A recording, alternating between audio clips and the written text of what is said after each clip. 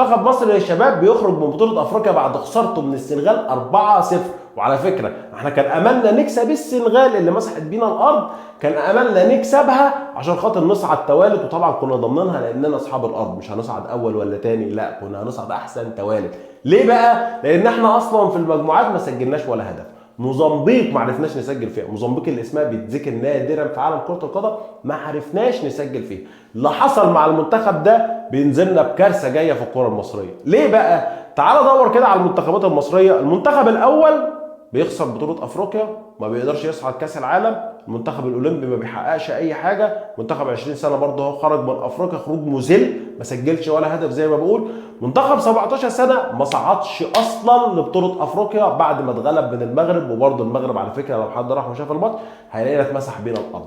ففين بقى الكره المصريه؟ ما الكره المصريه اللي احنا كنا الناس بقى بتوهمنا بقى كابتن حازم امام وكابتن محمد بركات بيوهمونا ان هم بيطوروا الكره المصريه وانهم والله زي ما قال عنكم كروش ان انتم مش فاهمين اي حاجه في اي حاجه، وان فعلا اتحاد الكره لا عارف يطور ولا عنده خطه اصلا للتطوير ولا عندكم اي شيء مدروس. وفنجاده قال كده وكيروش قال كده، وانت يا كابتن حازم طلعت وكدبتهم وانا ومش عارف ايه ولا هنطور. فين التطوير يا كابتن حازم؟ ده احنا من سيء لاسوء لاسوء لاسوء. قول لي انت بقى يا كابتن حازم، واللي انا بقى مش فاهمه اصلا، واحد زي كابتن حازم امام وواحد زي كابتن بركات ايه اصلا يعني ليه موجودين في اتحاد الكره المصري؟ ايه اللي عملوه في حياتهم قبل كده؟ الاثنين ما مسكوش حتى مركز شباب طوروه. فالاثنين بقى ماسكين ايه؟ يعني ليه مسكوا في اتحاد الكوره؟ ايه اللي كانوا عملوه في حياتهم عشان يمسكوا اتحاد الكوره في مصر وتطوير الكوره المصريه اللي كانت الكوره الاكبر، وكان الاتحاد الاعرق في افريقيا وفي العرب كلهم، وكان افضل دوري، وكنا فين بقى التطوير ده؟ وهل هم دول اللي هيطوروا؟ مع احترام الكامل ليهم كلاعيبه كبار ومع احترام لكل شيء، بس هل هم دول اللي هيطوروا الكره المصريه؟ زي ما قلت قبل كده، دول ما طوروش قبل كده اصلا مركز شباب، وما حققوش اي انجاز عشان نقول ان هم يمسكوا الكوره المصريه بعراقتها وتاريخها مفيش.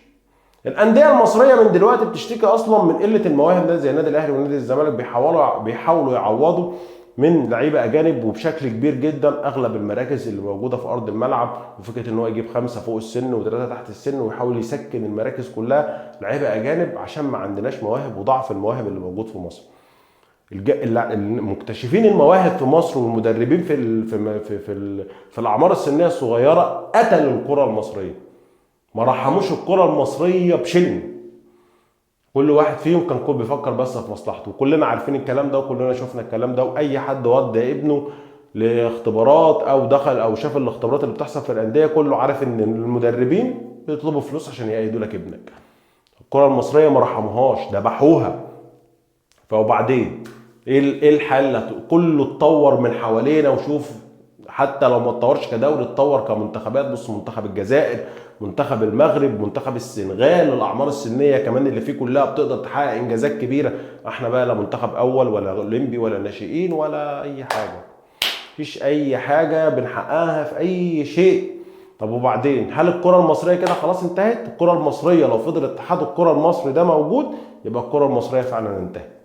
لو اتحاد الكره ده فضل هو القائم على التطوير وبنفس الفكر العقيم ده، يبقى احنا فعلا كده الكره المصريه انتهت، ونقرا كلنا على روحها الفتح.